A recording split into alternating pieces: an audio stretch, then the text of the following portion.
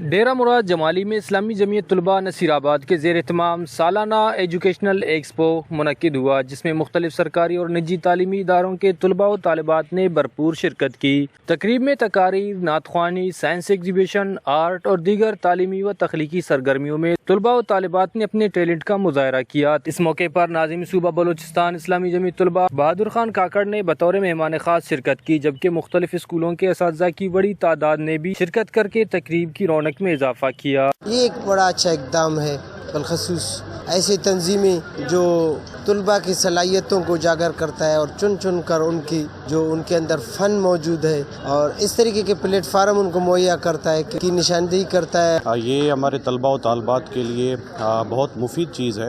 اس سے یہ ہوتا ہے کہ مختلف قسم کی ایکٹیویٹیز اس میں ہو رہی ہیں، تو یہ ایک قسم کے بہترین مواقع ہیں جو ہمارے طلباء کی جو صلاحیتیں ہیں، جو پوشیدہ صلاحیتیں ہیں، وہ لوگوں کے سامنے آتے ہیں اور ان سے ہمارے طلباء بھی نکھرتے ہیں۔ یہ جو پروگرام اسلامی جمعیت طلباء نے ایکسپو کے حوالے سے جو منعقد کیا تھا، بہت بہترین پروگرام رہا، جس میں طلباء نے تقاریر، ٹیبلو اور سائنس ایگزیبیشن میں بھرپور حصہ لیا۔ یہ بہت خوش آئند بات ہے کہ اس طرح کے سیمینارز اور جو ادبی پروگرامات ہو رہے ہیں، اس سے ہمارے طلباء اور طالبات میں حوصلہ بڑھے گا۔ اسلامی جمعیت طلباء ہر سال اپنے نصیر آباد کے اسٹوڈنٹس کے ٹیلنٹ کو اجاگر کرنے کے لیے ایک ایسا اسٹوڈنٹ ایجوکیشنل ایکسپو رکھتا ہے۔